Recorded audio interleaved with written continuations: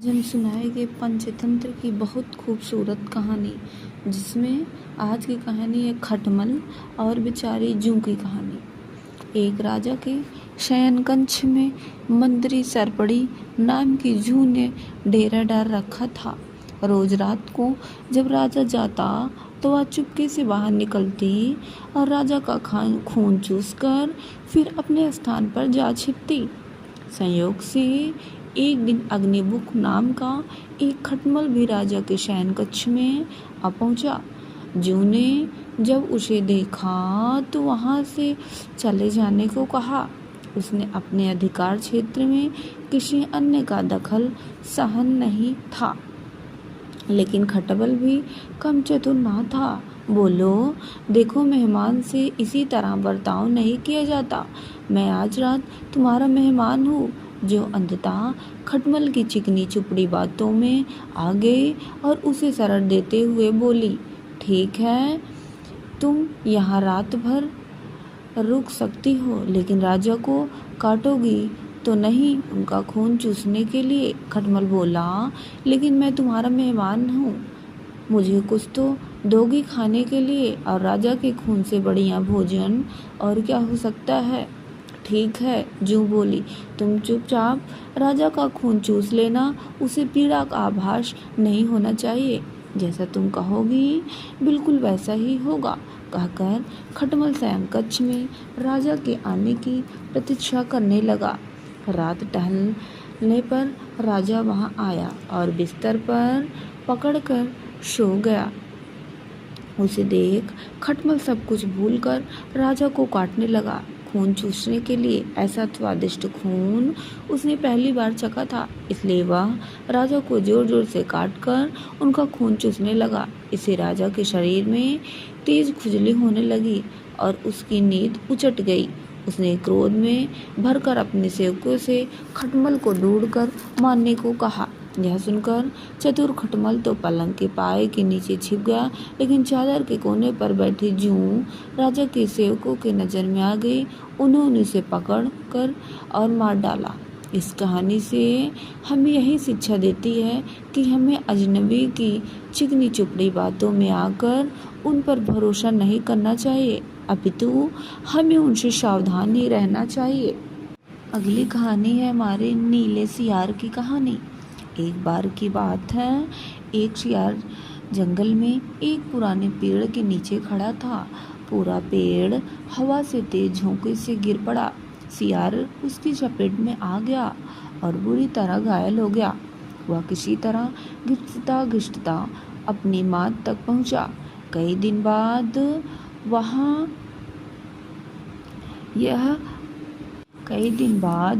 वह मात से बाहर आया। उसे भूख लग रहा था, शरीर कमजोर हो गया था।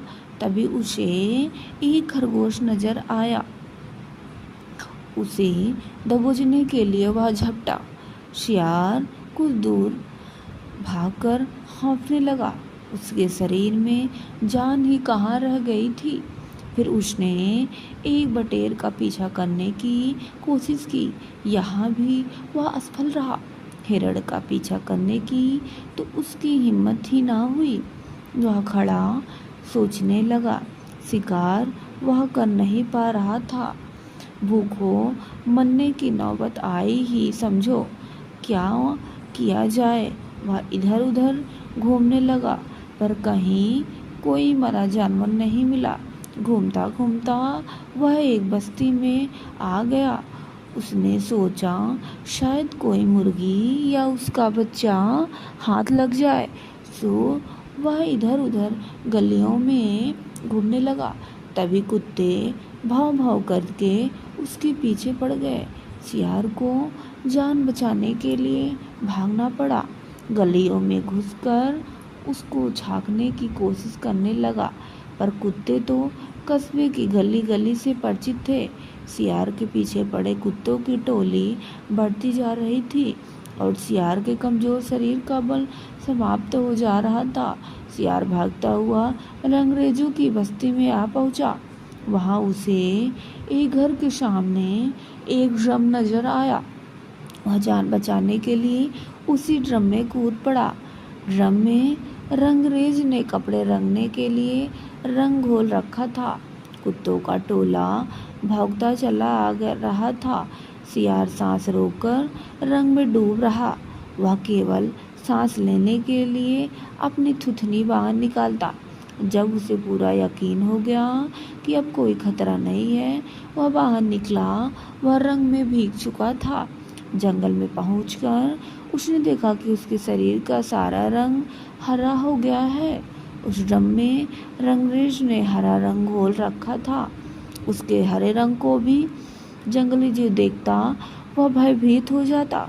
उसके खौफ से कांपते देखकर रंगे सियार के दुष्ट दिमाग में ये एक योजना आई। रंगे सियार ने डर कर भागते जीवों को आवाज़ दी, भाइयों भागो मत, मेरी बात सुनो। उसकी बात सुनकर सभी जानवर भागते छिटके। उनके ठिठकने का रंगे सियार ने फ़ायदा उठाया और बोला, देखो देखो मेरा रंग, ऐसा रंग किसी जानवर का धरती पर नहीं है। मतलब समझो, भगवान ने मुझे यह खास रंग तुम्हारे पास भेजा है। तुम सब जानवरों को बुलाओ तो मैं भगवान का संदेश सुनाऊं। उनकी बातों का सब पर गहरा प्रभाव पड़ा। वे जाकर जंगल के दूसरे सभी जानवरों को बुलाकर लाए। जब सब आ गए तो रंगा सियार एक ऊंचे पत्थर पर चढ़कर बोला, वन्य प्राणियों, प्रजापति ब्रह्मा ने मुझे खुद अपने हाथों से इस अलौकिक रंग का प्राणी बनाकर कहा कि संसार में जानवरों का कोई शासक नहीं है। तुम्हें जाकर जानवरों का राजा बनकर उनका कल्याण करना है। तुम्हारा नाम सम्राट कक्कुदुम होगा। तीनों लोकों के वन्य जीव तुम्हारी प्रजा होंगे। अब तुम लोग अनाथ नहीं रहे, मेरी छत्र छाया में निर्भर होकर रहो। सभी जानवर वैसे ही सियार के अजीब रंग से चकराए हुए थे। उनकी बातों ने जादू का काम किया। शेर, बाघ व चीते की भी ऊपर की सांस ऊपर और नीचे की सांस नीचे रह गई। उसकी बात काटने की किसी में हिम्मत ना हुई। देखते देखते सारे जानवर उसकी चरणों में लौटने लगे और एक स्वर में बोले, हे ब्रह्मा के दूत प्राणियों में श्रेष्ठ कक्कुदुम, हम आपको अपना सम्राट स्वीकार करते हैं। भगवान की इच्छा का पालन करके हमें बड़ी प्रसन्नता होगी। एक बूढ़े हाथी ने कहा, हे सम्राट, अब हमें बताइए कि हमारा क्या कर्तव्य है। रंगा सियार सम्राट की तरह पंजा उठाकर बोला, तुम्हें अपने सम्राट की खूब सेवा और आदर करना चाहिए। उसे कोई तकलीफ नहीं होना चाहिए। हमारे खाने पीने का शाही प्रबंध होना चाहिए। शेर ने सिर झुकाकर कहा, महाराज ऐसा ही होगा। आपकी सेवा करके हमारा जीवन धन्य हो जाएगा। बस सम्राट कक्कुदुम बने रंगे सियार के शाही ठाठ हो गए। वह राजसी शान से रहने लगा। कई लोमड़ियाँ उनकी सेवा में लगी रहती। भालू पंखा झुलाता। शेर जिस जीव का मांस खाने की इच्छा जाहिर करता उसकी बलि दी जाती। जब सियार घूमने निकलता तो हाथी आगे आगे सूंड हिलाकर बिगुल की तरह चिंघाड़ता चलता। दो शेर उसके दोनों ओर कमांडो बॉडीगार्ड की तरह होते। रोज कुकुदुम का दरबार भी लगता। रंगे सियार ने एक चालाकी यह कर दी कि सम्राट बनते ही सियारों को शाही आदेश कर उस जंगल से भगा दिया था। उसे अपनी जात के सियारों द्वारा पहचान लिए जाने का खतरा था। एक दिन सम्राट कक्कुदुम खूब खा पी कर अपने शाही माद में आराम कर रहा था। बाहर उजाला देखकर उठा। बाहर आया, चांदनी रात खिली थी। पास के जंगल में सियारों की टोलियां हूँ हूँ की बोली बोल रही थी। उस आवाज़ को सुनते ही कुकुदुम अपना आपा खो बैठा। उसके अंदर के जन्मजात स्वभाव ने जोर मारा और वह भी मुंह चाँद की ओर उठाकर और सियारों के सर में मिलाकर हूँ करने लगा। शेर और बाघ ने उसे हूँ करते देख लिया। वे चौंके। बाघ बोला, अरे यह तो सियार है, हमें धोखा देकर सम्राट बन रहा है, मारो नीच को। शेर और बाघ उसकी ओर लपटे और देखते ही देखते उसका तियां पांचा कर डाले। इस कहानी से हमें यही सीख मिलती है कि अब्राहम लिंकन ने कहा था कि आप सभी को थोड़ी देर के लिए बेवकूफ़ बना सकते हैं और कुछ लोगों को हर समय भी बेवकूफ़ बना सकते हैं, लेकिन आप हर किसी को हर समय मूर्ख नहीं बना सकते। यह कहानी भी इसी बात को चरितार्थ करती है और इस बात का प्रमाण देती है कि किसी का भी ढोंग ज़्यादा दिन तक नहीं चल सकता। एक न एक दिन भंडाफोड़ होना ही है। इसलिए बेहतर यही है कि अपने वास्तविक स्वरूप में ही रहें और इसे और भी बेहतर करने में लगे रहें। अगली कहानी है शेर, ऊंट, सियार और कौवा की कहानी। किसी वन में मदोत्कट नाम का सिंह निवास करता था। बाघ, कौवा और सियार ये तीनों उसके नौकर थे। एक दिन उन्होंने एक ऐसे ऊंट को देखा जो अपने गिरोह से भटक कर उनकी ओर आ गया था।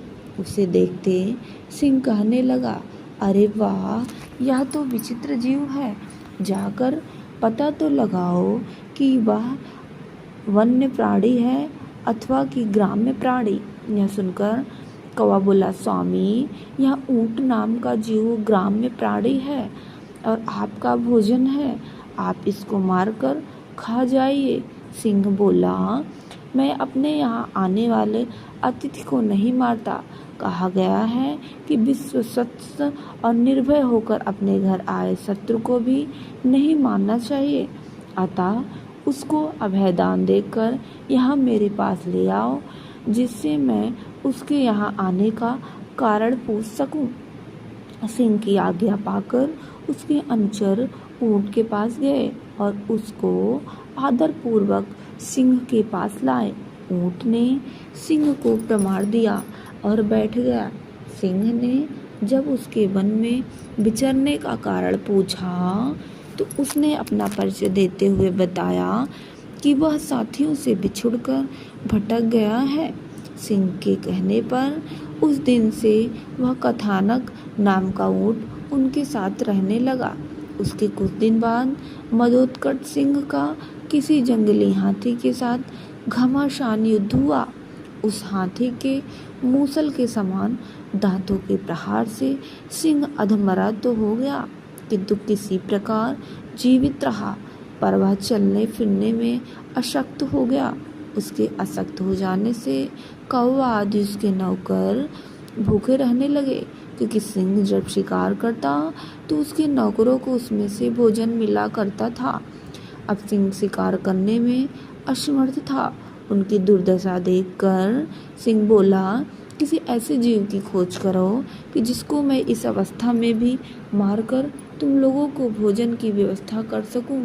सिंह की आज्ञा पाकर वे चारों प्राणी हर तरह शिकार की तलाश में घूमने लगे। जब कहीं कुछ नहीं मिला तब को कौवे और सियार ने परस्पर मिलकर सलाह ली। श्रृंगार बोला, मित्र कौवे, इधर इधर भटकने से क्या लाभ, क्यों न इस कथानक को मारकर उसका ही भोजन किया जाए। सियार सिंह के पास गया और वहां पहुंचकर कहने लगा, स्वामी, हम सब ने मिलकर सारा वन छान मारा, किंतु कहीं कोई ऐसा पक्षी नहीं मिला जिसे हम आपके समीप मारने के लिए ला पाते। अब भूख इतना सता रही कि हमारे लिए एक भी पग चलना कठिन हो गया है। आप बीमार हैं, यदि आपकी आज्ञा हो तो आज कथानक के मांस से आपके खाने का प्रबंध किया जाए। पर सिंह ने यह कहते हुए मना कर दिया। उसने ऊंट को अपने यहाँ पनाह दी थी, इसलिए वह उसे मार नहीं सकता। पर सियार ने सिंह को किसी तरह मना लिया। राजा की आज्ञा पाते ही श्रृंगार ने तत्काल अपने साथियों को बुला लाया। उसके साथ ऊंट भी आया। उन्हें देखकर सिंह ने पूछा, तुम लोगों को कुछ मिला? कौवा, सियार, बाघ सहित दूसरे जानवर रोकर बता दिया कि उन्हें कुछ नहीं मिला, पर अपने राजा की भूख मिटाने के लिए सब बारी बारी से सिंह के आगे आए और विनती की कि वह उन्हें मारकर खा ले। तब सियार हर किसी में कुछ न कुछ कमी बता देता ताकि सिंह उन्हें ना मार सके। अंत में ऊँट की बारी आई। बेचारे सीधे साधे कथानक ऊँट ने जब यह देखा कि सभी सेवक अपनी जान देने की विनती कर रहे हैं तो वह भी पीछे ना रहा। कहा उसने कि सिंह को प्रणाम करके कि स्वामी, आप सभी के लिए अक्षमय है। किसी का आकार छोटा है, किसी की तेज नाखून है, किसी की देह पर घने बाल हैं। आज तो आप मेरे ही शरीर से अपनी जीविका चलाइए, जिससे कि मुझे दोनों लोगों की प्राप्ति हो। कथानक का इतना कहना था कि बाघ और सियार उस पर झपट पड़े। देखते देखते उसके पेट को चीरकर रख दिया। बस फिर क्या था, भूख से पेड़े सिंह और बाघ आदि ने ही तुरंत उसको चटकार डाला। इस कहानी से हमें यही सीख मिलती है कि महापुरुषों ने कहा है कि धूर्तों के साथ जब भी रहे पूरी तरह से चौकन्ना रहे और उनकी मीठी बातों में बिल्कुल ना आए, और विवेकहीन तथा मूर्ख स्वामी से भी दूर रहने में ही भलाई है। अगर आप लोगों को हमारी वीडियो अच्छी लगे तो ज़्यादा से ज़्यादा लाइक एंड सब्सक्राइब ज़रूर करें। थैंक यू, धन्यवाद। आज हम सुनाएंगे पंचतंत्र की बहुत खूबसूरत कहानी, जिसमें आज की कहानी है खटमल और बेचारी जूं की कहानी। एक राजा के शयन कक्ष में मंत्री सरपड़ी नाम की जूं ने डेरा डाल रखा था। रोज रात को जब राजा जाता तो वह चुपके से बाहर निकलती और राजा का खून चूसकर फिर अपने स्थान पर जा छिपती। संयोग से एक दिन अग्निमुख नाम का एक खटमल भी राजा के शयन कक्ष में आ पहुंचा। जूं ने जब उसे देखा तो वहां से चले जाने को कहा। उसने अपने अधिकार क्षेत्र में किसी अन्य का दखल सहन नहीं था, लेकिन खटमल भी कम चतुर ना था। बोलो, देखो, मेहमान से इसी तरह बर्ताव नहीं किया जाता। मैं आज रात तुम्हारा मेहमान हूँ।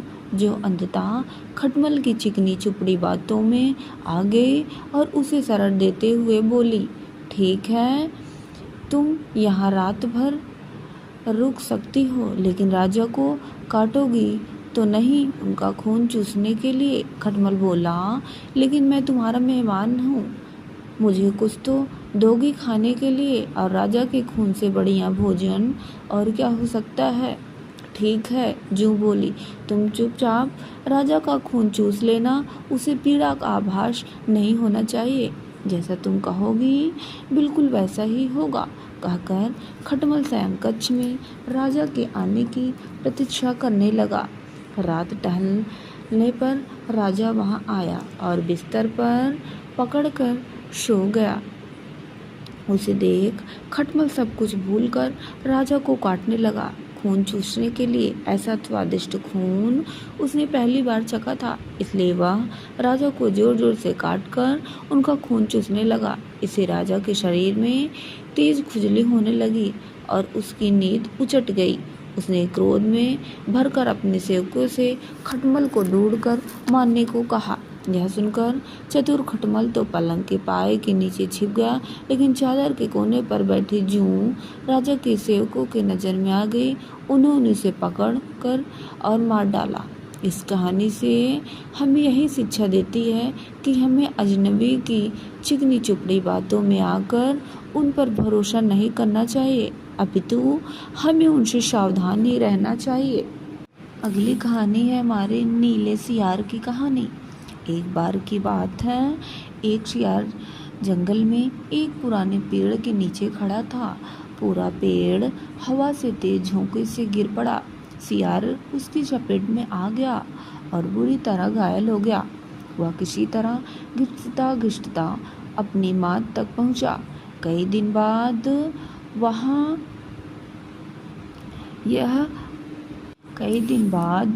वह मात से बाहर आया। उसे भूख लग रहा था, शरीर कमजोर हो गया था। तभी उसे एक खरगोश नजर आया। उसे दबोचने के लिए वह झपटा।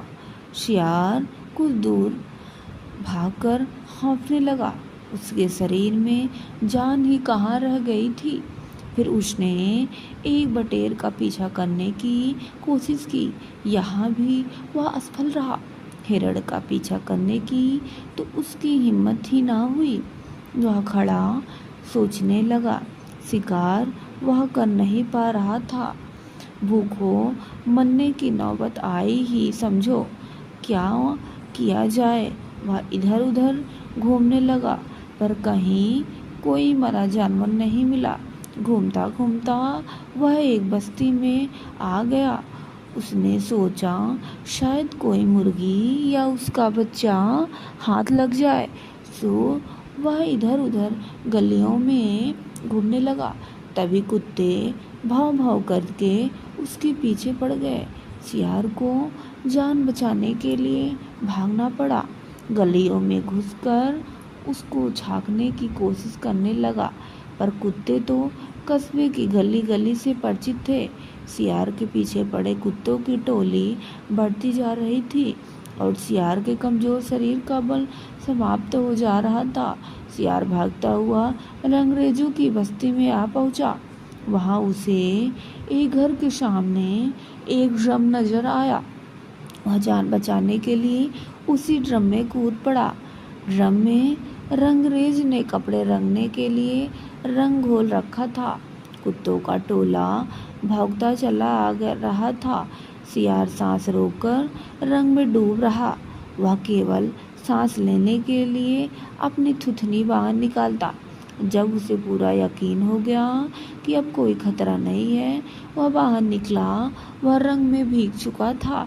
जंगल में पहुंचकर उसने देखा कि उसके शरीर का सारा रंग हरा हो गया है।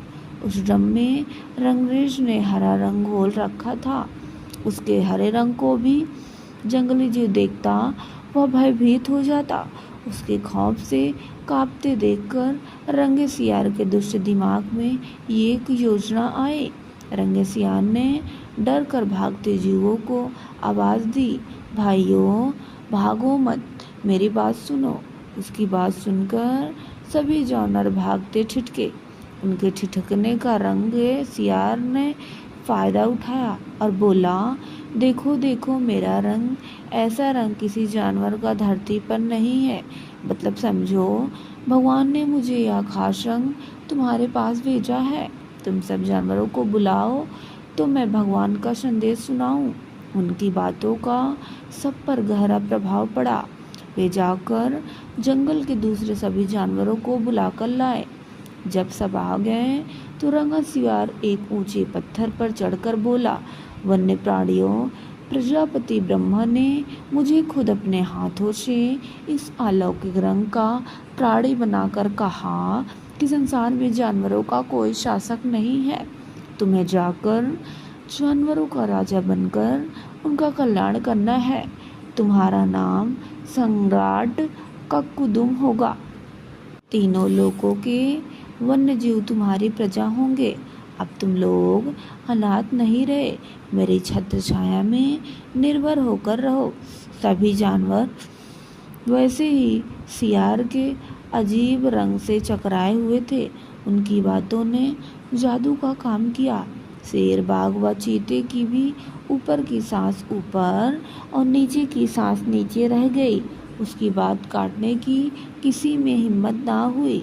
देखते देखते सारे जानवर उसके चरणों में लौटने लगे और एक स्वर में बोले, हे ब्रह्मा के दूत प्राणियों में श्रेष्ठ कक्कुदुम, हम आपको अपना सम्राट स्वीकार करते हैं।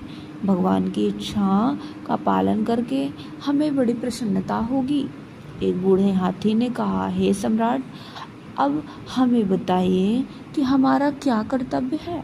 रंगा सियार सम्राट की तरह पंजा उठाकर बोला, तुम्हें अपने सम्राट की खूब सेवा और आदर करना चाहिए। उसे कोई तकलीफ नहीं होना चाहिए। हमारे खाने पीने का शाही प्रबंध होना चाहिए। शेर ने सिर झुकाकर कहा, महाराज ऐसा ही होगा। आपकी सेवा करके हमारा जीवन धन्य हो जाएगा। बस सम्राट ककुदुम बने रंग सियार के शाही ठाठ हो गए। वह राजसी शान से रहने लगा। कई लोमड़ियाँ उनकी सेवा में लगी रहती। भालू पंखा झुलाता। शेर जिस जीव का मांस खाने की इच्छा जाहिर करता उसकी बलि दी जाती। जब सियार घूमने निकलता तो हाथी आगे आगे सूंड हिलाकर बिगुल की तरह चिंघाड़ता चलता। दो शेर उसके दोनों ओर कमांडो बॉडीगार्ड की तरह होते। रोज कुकुदुम का दरबार भी लगता। रंगे सियार ने एक चालाकी यह कर दी कि सम्राट बनते ही सियारों को शाही आदेश कर उस जंगल से भगा दिया था। उसे अपनी जात के सियारों द्वारा पहचान लिए जाने का खतरा था। एक दिन सम्राट ककुदुम खूब खा पी कर अपने शाही माद में आराम कर रहा था। बाहर उजाला देखकर उठा। बाहर आया, चांदनी रात खिली थी। पास के जंगल में सियारों की टोलियां हूँ हूँ की बोली बोल रही थी। उस आवाज़ को सुनते ही कुकुदुम अपना आपा खो बैठा। उसके अंदर के जन्मजात स्वभाव ने जोर मारा और वह भी मुंह चाँद की ओर उठाकर और सियारों के सर में मिलाकर हूँ हूँ हूँ करने लगा। शेर और बाघ ने उसे हूँ हूँ करते देख लिया। वे चौंके। बाघ बोला, अरे यह तो सियार है, हमें धोखा देकर सम्राट बन रहा है, मारो नीच को। शेर और बाघ उसकी ओर लपटे और देखते ही देखते उसका तिया पांचा कर डाले। इस कहानी से हमें यही सीख मिलती है कि अब्राहम लिंकन ने कहा था कि आप सभी को थोड़ी देर के लिए बेवकूफ़ बना सकते हैं और कुछ लोगों को हर समय भी बेवकूफ़ बना सकते हैं, लेकिन आप हर किसी को हर समय मूर्ख नहीं बना सकते। यह कहानी भी इसी बात को चरितार्थ करती है और इस बात का प्रमाण देती है कि किसी का भी ढोंग ज़्यादा दिन तक नहीं चल सकता। एक न एक दिन भंडाफोड़ होना ही है। इसलिए बेहतर यही है कि अपने वास्तविक स्वरूप में ही रहें और इसे और भी बेहतर करने में लगे रहें। अगली कहानी है शेर, ऊंट, सियार और कौवा की कहानी। किसी वन में मदोदकट नाम का सिंह निवास करता था। बाघ, कौवा और सियार ये तीनों उसके नौकर थे। एक दिन उन्होंने एक ऐसे ऊंट को देखा जो अपने गिरोह से भटक कर उनकी ओर आ गया था। उसे देखते सिंह कहने लगा, अरे वाह, यह तो विचित्र जीव है, जाकर पता तो लगाओ कि वह वन्य प्राणी है अथवा कि ग्राम्य प्राणी। यह सुनकर कौवा बोला, स्वामी, यह ऊंट नाम का जीव ग्राम्य प्राणी है और आपका भोजन है, आप इसको मारकर खा जाइए। सिंह बोला, मैं अपने यहाँ आने वाले अतिथि को नहीं मारता। कहा गया है कि विश्वस्त और निर्भय होकर अपने घर आए शत्रु को भी नहीं मारना चाहिए। अतः उसको अभयदान देकर यहाँ मेरे पास ले आओ, जिससे मैं उसके यहाँ आने का कारण पूछ सकूं।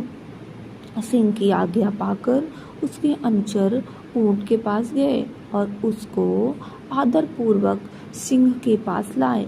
ऊंट ने सिंह को प्रमाण दिया और बैठ गया। सिंह ने जब उसके वन में विचरने का कारण पूछा तो उसने अपना परिचय देते हुए बताया कि वह साथियों से बिछुड़कर भटक गया है। सिंह के कहने पर उस दिन से वह कथानक नाम का ऊंट उनके साथ रहने लगा। उसके कुछ दिन बाद मदोदकट सिंह का किसी जंगली हाथी के साथ घमासान युद्ध हुआ। उस हाथी के मूसल के समान दांतों के प्रहार से सिंह अधमरा तो हो गया, किंतु किसी प्रकार जीवित रहा, पर वह चलने फिरने में अशक्त हो गया। उसके अशक्त हो जाने से कौवा आदि उसके नौकर भूखे रहने लगे, क्योंकि सिंह जब शिकार करता तो उसके नौकरों को उसमें से भोजन मिला करता था। अब सिंह शिकार करने में असमर्थ था उनकी दुर्दशा देखकर सिंह बोला, किसी ऐसे जीव की खोज करो कि जिसको मैं इस अवस्था में भी मारकर तुम लोगों को भोजन की व्यवस्था कर सकूं। सिंह की आज्ञा पाकर वे चारों प्राणी हर तरह शिकार की तलाश में घूमने लगे। जब कहीं कुछ नहीं मिला तब को कौवे और सियार ने परस्पर मिलकर सलाह ली। श्रृंगार बोला, मित्र कौवे, इधर इधर भटकने से क्या लाभ, क्यों न इस कथानक को मारकर उसका ही भोजन किया जाए। सियार सिंह के पास गया और वहां पहुंचकर कहने लगा, स्वामी, हम सब ने मिलकर सारा वन छान मारा, किंतु कहीं कोई ऐसा पक्षी नहीं मिला जिसे हम आपके समीप मारने के लिए ला पाते। अब भूख इतना सता रही कि हमारे लिए एक भी पग चलना कठिन हो गया है। आप बीमार हैं, यदि आपकी आज्ञा हो तो आज कथानक के मांस से आपके खाने का प्रबंध किया जाए। पर सिंह ने यह कहते हुए मना कर दिया। उसने ऊँट को अपने यहाँ पनाह दी थी, इसलिए वह उसे मार नहीं सकता। पर सियार ने सिंह को किसी तरह मना लिया। राजा की आज्ञा पाते ही श्रृंगार ने तत्काल अपने साथियों को बुला लाया। उसके साथ ऊँट भी आया। उन्हें देखकर सिंह ने पूछा, तुम लोगों को कुछ मिला?